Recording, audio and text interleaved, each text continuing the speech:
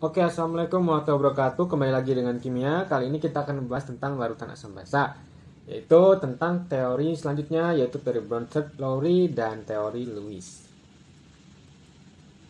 Pada sebelumnya kita telah membahas teori Arrhenius ya, bahwa Arrhenius dalam air ternyata asam basa itu menghasilkan, kalau asam itu menghasilkan H+, kalau basa menghasilkan OH-. Tapi bagaimana menurut teori Bronsted-Lowry? Nah, kalau menurut teori Bronsted-Lowry itu asam adalah pemberi H+, sedangkan basa itu penerima H+. Dan juga nanti teori Lewis adalah ada teori yang menerangkan bahwa asam itu adalah penerima pasangan elektron, sedangkan basa adalah pemberi pasangan elektronnya. Ini dua ini yang akan kita bahas di pertemuan hari ini. Baik, kita yang pertama yaitu ada teori Bronsted-Lowry ya, di mana asam adalah pendonor H+ atau proton dan basa adalah penerima proton atau H+. Nah, sedangkan dalam Bronsted-Lowry itu ada istilah basa konjugasi dan asam konjugasi. Nah, basa konjugasi itu apa? Basa konjugasi adalah senyawa pasangan asam, sedangkan asam konjugasi adalah senyawa pasangan basa. Kok maksudnya gimana? Bolak-balik kayak gini. Nah, begini, kita langsung ke contohnya. Kita lihat, di sini ada HF sama H2O ya, menjadi F- dan H3O+. Nah, artinya di sini ada senyawa yang mirip kan? Nah, HF nih, selain H nih, ada HF sama F ya. Kemudian O. H2O menjadi H3O+. Nah, manakah yang asam, manakah yang basa menurut Bronsted-Lowry? Gampang, simpelnya begini. Kita lihat senyawa yang mirip. Di sini ada HF, di sebelah sananya ada F-. Nah, berarti di sini ada H, di sini tidak ada H. Artinya dia kehilangan H, ya kan? Artinya HF akan mendonorkan H-nya. Sedangkan di sini H2O menjadi H3O+, berarti dia menerima H, ya. Kembali lagi, di sini HF jadi F, berarti dia mendonorkan H+ untuk si H2O, sehingga H2O ini jadi H3O+.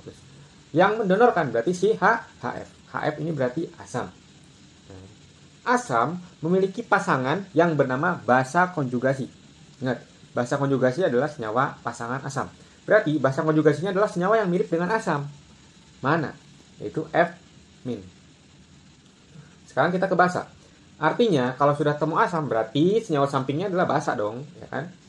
Nah, berarti basa. Basa itu adalah yang menerima. Nah, tadinya dia adalah HF. Dia jadi F ya. Kemudian H2O dia jadi H3O+.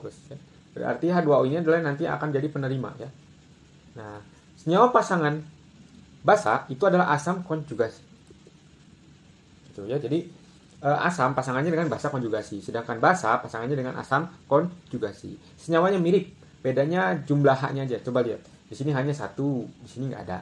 Di sini hanya 2, di sini hanya 3. Berarti asam konjugasi adalah pasangan dari basa, gitu kan? Nah, sekarang NH3 ditambah H2O menjadi NH4+ dan OH-. Mana yang asam, mana yang basa? Kita lihat di sini NH3 jadi NH4. Berarti NH3 ini akan ketambahan H+ ya. Karena dia akan jadi NH4. Berarti NH3 ini adalah basa. Kan? Nah, atau kalau bingung, kita lihat yang sampingnya dulu, H2O. H2O di sini jadi OH-. Berarti dia kekurangan H ya. Berarti dia mendonorkan H. Karena di sini 2, di sini 1. Berarti H2O adalah asam. Loh, kenapa air asam? Air itu bisa bersifat asam, bisa bersifat basa. Yang atasnya basa ini, yang bawahnya asam. Ya. Air itu bisa bersifat asam atau bersifat basa. Ya. Jadi tergantung dia senyawanya bereaksi dengan apa, gitu kan ya. Oke, lanjut. Berarti pasangannya yang mana nih? H2O pasangannya dengan OH-. OH- berarti basa konjugasi. Sedangkan yang satunya H3 dia adalah basa dan pasangannya asam konjugasi. Ya. Jadi begitu ya. Lihat dari jumlah H-nya. Kalau H-nya di sini lebih sedikit, berarti ini adalah asam, ya. Sini 3, di sini 2 kan. Ini juga sama kan, sini 2, di sini 1. Triknya gitu sih kalau saya. Jadi hanya yang paling sedikit yang mana gitu. Biasanya begitu ya. Atau kalian lebih jelasnya begitu tadi ya. Ada di sini H2, di sini jadi OH. Berarti dia kekurangan. Oke. Lanjut ke conso. Ya, tadi udah conso sih, tapi nggak apa-apa lah. Ini ada tambahan lagi. HSO4 sama CO3 min. Lihat di sini. Sini ada H-nya, sini nggak ada. Ya. Kita lihat ini agak membingungkan kan, tapi oke, gampang banget ya. Mana yang asam, mana yang basa? Kita lihat di sini HSO4 sama SO4 2 min. Berarti di sini H-nya tadinya ada jadi nggak ada. Sedangkan ini tadinya nggak ada jadi ada, ya kan? H sini nggak ada. Berarti dia mendonorkan proton atau mendonorkan asam. Berarti pasangannya dengan basa konjugasi. Di sini CO3, di sini ada H. Berarti dia basa dan asam konjugasi. Gitu ya. NH3 sama NH4. Sini NH3 ketambahan 1. Berarti ini adalah penerima. Nah, tadi the answer is HSO4 dan SO4-nya. Pasangan asam basa konjugasi dari reaksi. Asam basa konjugasi berarti asam dan basa konjugasi. Berarti HSO4 min dan SO4 2 min. Nah, kalau ini berarti basanya itu NH3, asam konjugasinya NH4 plus. Asamnya berarti H2PO4 dan basa konjugasinya adalah HPO4 2 min. Berarti jawabannya adalah H2PO4 dan HPO4 2 min karena yang diminta adalah asam basa konjugasi. Nah, kalau menurut Louis bagaimana? Kalau menurut Louis dia adalah asam itu penerima pasangan elektron. Kalau basa itu adalah pendonor pasangan elektron. Kita lihat di sini. Ini ada H+ sama NH3. Ada titik 2. Nah, ini adalah pasangan elektron. Dia akan menyumbangkan ke H+ sehingga terjadi ikatan HNH3+, ya. Gitu. Karena Lewis ini berhubungannya sama titik-titik ya, atau namanya struktur Lewis ya. Jadi kalian harus bikin dulu seperti ini. Kalau misalkan nanti di soal ada yang seperti ini, ya kalian lihat mana yang mendonorkan gitu ya. Nah, di sini NH3 titik 2 ya. Di sini ada pasangan. NH3 dia akan menyerahkan ke Al.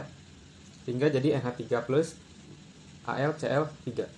Nah, yang ini juga sama, NH3 dia sama BF3 ya. Jadi NH3 BF3 ya. Asam adalah akseptor atau penerima pasangan elektron, sedangkan basa adalah donor pasangan elektron. Jadi yang basa itu yang mendonorkan si NH3 ini ya. Gitu. Tapi Lewis biasanya jarang keluar di soal sih, tapi sewaktu-waktu bisa jadi ada.